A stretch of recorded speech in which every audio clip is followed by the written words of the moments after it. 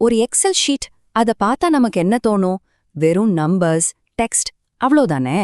ஆனா அதே Excel sheet ஒரு பெரிய டிஜிட்டல் சாம்ராஜ்யத்தையே உருவாக்க போற ஒரு சீக்ரெட் ப்ளூ பிரிண்ட்னு சொன்னா நம்புவீங்களா? ஆமாங்க, அந்த சிம்பிளான ஷீட்குள்ள ஒளிஞ்சிருக்கிற ஒரு பயங்கரமான பவரை பத்தி தான் நாம இப்போ பார்க்க போறோம். கேட்கறதுக்கு கொஞ்சம் ஓவரா தெரியலாம் இல்லையா? எப்படி ஒரு சிம்பிள் எக்ஸல் ஷீட்டை வச்சு ஒரு டிஜிட்டல் எம்பையரையே கட்ட முடியும்னு நீங்க யோசிக்கலாம். ஆனா அதுதாங்க உண்மை.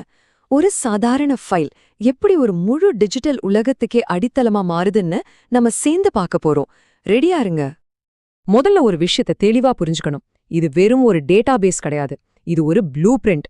அதாவது ஒரு முழு பிசினஸை எப்படி கட்டமைக்கிறதுன்னு சொல்ற ஒரு மேப், ஒரு தெளிவான பார்வை, திரும்ப திரும்ப யூஸ் பண்ணக்கூடிய ஒரு சிஸ்டம், மொத்தத்துல உங்க வளர்ச்சியா அளவிடக்கூடிய ஒரு கம்ப்ளீட் கேம் பிளான் இது. சரி, அப்போ இந்த டிஜிட்டல் சாம்ராஜ்யத்தோட ஃபவுண்டேஷன் என்ன? ஆச்சரியமா இருக்கும். ஆனா ரொம்ப சிம்பிளான, அதே சமயம் ரொம்ப பவர்ஃபுல்லான மூணு தூண்கள் தான். இந்த மூணையும் நம்ம சரியா புரிஞ்சுக்கிட்டோம்னா போதும், முழு சிஸ்டமும் நம்ம கைக்குள்ள வந்த மாதிரி தான். இங்க பாருங்க, முழு ஸ்ட்ராட்டஜியுமே எவ்ளோ அழகா மூணே வார்த்தையில அடக்கிட்டாங்க. ஃபர்ஸ்ட் ஃபிலாசபி, அதாவது தத்துவம். இதுதான் உங்களுடைய ஏன், நீங்க ஏன் இதை பண்றீங்கன்னு சொல்றது. ரெண்டாவது என்ஜின், அதாவது யந்திரம். இதுதான் எப்படிங்கிற கேள்விக்கு பதில், கண்டென்ட்டை எப்படி உருவாக்க போறோம்னு சொல்றது. மூணாவது வெஹிக்கிள், அதாவது வாகனம். இதுதான் என்னங்கிறதுக்கு பதில், நீங்க உருவாக்கின கண்டென்ட்டை எப்படி மக்கள் கிட்ட கொண்டு சேர்க்க போறீங்க, எப்படி பணமாக்க போறீங்கன்னு சொல்றது. இந்த மூணையும் நீங்க கரெக்டா செட் பண்ணிட்டீங்கன்னா உங்களை அசைச்சிக்கவே முடியாது. ஓகே, இப்போ இந்த சிஸ்டத்தோட ஹார்ட்கே வருவோம். அதுதான் ஏஐ கண்டென்ட் ஃபேக்டரி. இங்க தாங்க அசலான மேஜிக்கே நடக்க போகுது. ஒரே ஒரு சின்ன ஐடியாவை எடுத்துக்கிட்டு அது எப்படி ஆயிரக்கணக்கான கண்டென்ட் பீசஸா மாத்துறது, அதுவும் முழுக்க முழுக்க ஏஐஎம் மட்டுமே வச்சு. வாங்க எப்படின்னு பார்க்கலாம். இந்த ப்ராசஸ் எவ்ளோ சிம்பிளா நேர்த்தியா இருக்குன்னு பாருங்க. இது ஒரு கன்வேயர் பெல்ட் மாதிரி தாங்க. ஒரு பக்கம் ஒரு புக்ல இருந்து ஒரு ஐடியா உள்ள போடுறீங்க, இன்னொரு பக்கம் அது நூத்துக்கணக்கான வீடியோக்களா வெளியே வருது. யோசிச்சு பாருங்க, மனுஷங்களோட வேலை ரொம்ப கம்மி, ஆனா அவுட்புட் பிரம்மாண்டமா இருக்கு. இதுதாங்க ஏஐயோட உண்மையான பவர். 17 நிமிஷத்துல 1000 யூடியூப் ஷார்ட்ஸ். என்னங்க சொல்றீங்க? நம்பவே முடியல இல்ல? இது ஏதோ சும்மா கிளிக்பேட்காக போட்ட டைட்டில் கிடையாது. இதுதான் இந்த ஏஐ என்ஜினோட அல்டிமேட் பவர். குவாலிட்டியில எந்த காம்ப்ரமைஸும் இல்லாம நினைச்சு கூட பார்க்க முடியாத ஸ்பீட்ல கண்டென்ட் கிரியேட் பண்றது, அதுதான் இதோட ஸ்பெஷாலிட்டி. சரி, இதுக்கெல்லாம் ஸ்டார்டிங் பாயிண்ட் என்ன? அதுதான் இந்த நோட்புக் எல்எம். சிம்பிளா சொல்லணும்னா இது உங்க பர்சனல் ஏஐ ரிசர்ச்சர். உங்ககிட்ட இருக்கிற புக்ஸ், நோட்ஸ், டாக்குமெண்ட்ஸ் எல்லாத்தையும் இது கூட ஃபீட் பண்ணிடுங்க. அது எல்லாத்தையும் படிச்சு அந்த டாபிக்ல ஒரு எக்ஸ்பர்ட் மாதிரி ஆயிடும். அப்புறம் உங்க கண்டென்ட் ஃபேக்டரிக்கு என்னென்ன ஐடியாஸ் வேணுமோ அது எல்லாம் இதுவே உங்களுக்கு சப்ளை பண்ணும். Okay, content ready. இப்போ அடுத்த ஸ்டெப் என்ன? உருவாக்குன கண்டென்ட்டை வச்சு எப்படி ஒரு பிசினஸை பில்ட் பண்றது? இங்க தான் நம்மளோட மூணாவது பில்லர், அதாவது வாகனம் உள்ள வருது.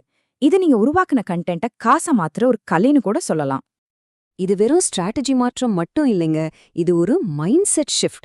பழைய மெத்தட் என்ன? தெரியாத ஆளுங்க கிட்ட போய் இதை வாங்குங்க அதை வாங்குங்கன்னு சொல்லி வற்புறுத்தி வைக்கிறது. ஆனா இந்த புது வழி அப்படி கிடையாது.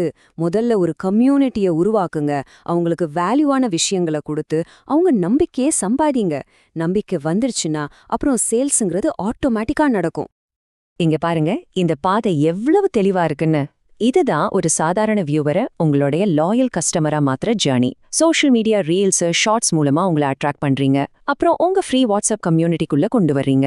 அங்க அவங்களுக்கு வேல்யூ கொடுத்த நம்பிக்கையை வளர்க்குறீங்க. கடைசியா அவங்களுக்கு தேவையான ஒரு ப்ராடக்டை ஆஃபர் பண்றீங்க. எல்லா ஸ்டெப்லயும் மெயின் ஃபோக்கஸ் நம்பிக்கை தான்.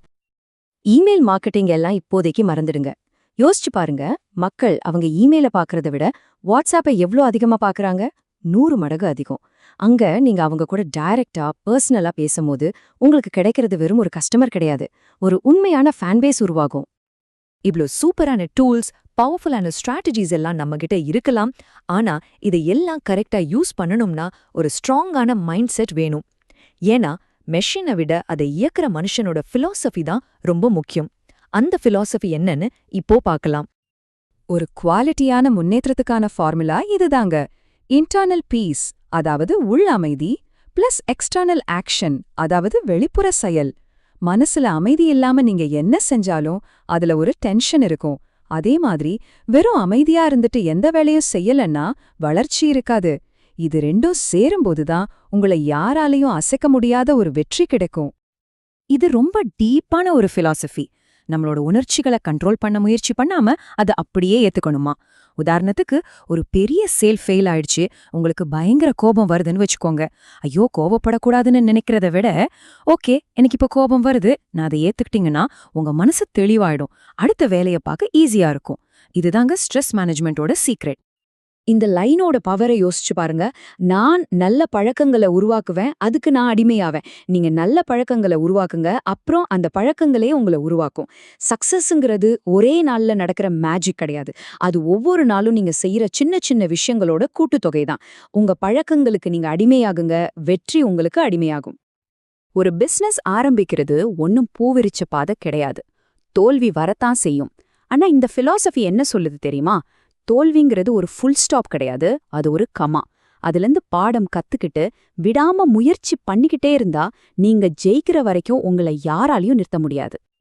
ஃபைனலா ரொம்ப ரொம்ப முக்கியமான ஒரு பிலசாஃபி. யோசிச்சது போதும், வேலைய ஆரம்பிங்க. பிளான்லாம் பேப்பர்ல இருந்தா எந்த பிரயோஜனமும் இல்ல. ஆக்ஷன் மட்டும்தான் ரிசல்ட்ட கொடுக்கும். ஸ்டெப்பை எடுத்து வைங்க இப்போதே. சரி, இத வரைக்கும் நாம பார்த்த எல்லாத்தையும் ஒன்னா சேர்த்து ஒரு சிம்பிளான ஆக்ஷன் எடுக்கக்கூடிய ஒரு சுருக்கமா இப்ப பார்க்கலாம். இதுதான் உங்களுக்கான கம்ப்ளீட் டிஜிட்டல் சக்சஸ் சிஸ்டம். இந்த 4 ஸ்டெப்ஸ் தான் உங்க சக்சஸ்க்கான ப்ளூ பிரிண்ட். ஸ்டெப் 1, உங்க மைண்ட் செட்டை ஃபவுண்டேஷன் மாதிரி ஸ்ட்ராங் ஆக்குங்க. ஸ்டெப் 2, AI என்ஜினை யூஸ் பண்ணி கண்டென்ட்டை உருவாக்குங்க. ஸ்டெப் 3, கம்யூனிட்டிங்கிற வாகனத்தை ஓட்டி அதை மக்கள் கிட்ட கொண்டு போங்க. ஆனா ஒன்னு ஞாபகம் வச்சுக்கோங்க, இந்த எல்லா ஸ்டெப்ஸ்க்கும் ஆதாரம் கடைசி ஸ்டெப் தான், உடனே ஆக்ஷன் எடுக்கிறது. இப்போ இந்த ப்ளூ பிரிண்ட் உங்க கையில இருக்கு. இனி நீங்க பயணத்தை ஆரம்பிக்க வேண்டியதுதான் பாக்கி. சோ இந்த கேள்விய நான் உங்ககிட்டே விட்டுடுறேன். உங்களுடைய முதல் ஸ்டெப் என்னவா இருக்க போகுது? ரொம்ப யோசிக்காதீங்க, செயல்ல இறங்குங்க. உங்க டிஜிட்டல் சாம்ராஜ்யத்தை இன்னிக்கே கட்ட ஆரம்பிங்க.